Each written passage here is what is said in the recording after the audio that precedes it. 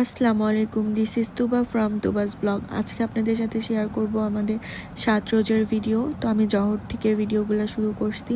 প্রথমে জহরের নামাজ পড়ে নিলাম, নিয়ে আমার জার্নাল নিয়ে বসে গেলাম, কারণ আমার লাস্ট একদিন আমি জার্নালের কাজ করিনি, যার জন্য সব কিছু একটু এলোমেলো হয়েছিল।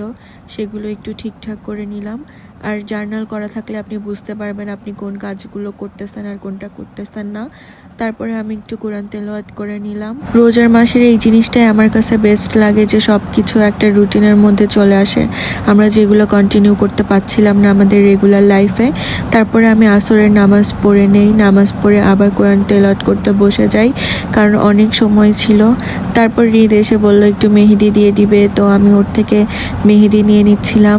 রিদ এত সুন্দর করে মেহেদি দিতে পারে, ও অনেক রকম ডিজাইন পারে। আমি এবার ঈদে ওর থেকে মেহেদি নিব আর আপনার সাথেও শেয়ার করব কত সুন্দর মেহেদি দেয়। বেলের শরবত বানাচ্ছে সুন্দর করে রাইস কুকারের মধ্যে। তারপরে ইফতারের আগে আমি আর একটু দোয়া পড়ে নিচ্ছিলাম, কারণ আমি সকালে পড়তে পারছিলাম না। তারপর যে দেখি মামা আর আম্মু মিলে ইফতার বানাই ফেলছে। আর ইফতারগুলো সব সময় এরকম একসাথে দেখতে আমার খুবই ভালো লাগে, এই জন্য আমি ক্লিপসগুলো নিয়ে রাখি, কারণ যারা বাইরে থাকে তারাই এগুলার মর্ম ভালো মতো বুঝবে। আজকে আমাদের আছে সিঙ্গারা, বেগুনি, আলুর চপ, সামোচা। এখানে সবগুলো ফল একসাথে কেটে রাখা হয়েছিল। আমার এই ফলের বাটিটা দেখতে এত বেশি কালারফুল আর সুন্দর লাগে, কি বলবো। আর পাশাপাশি আম্মু খিচুড়ি আর মাংস মিক্স করে একটা খাবার বানাইছিল, এটাও অনেক মজার ছিল।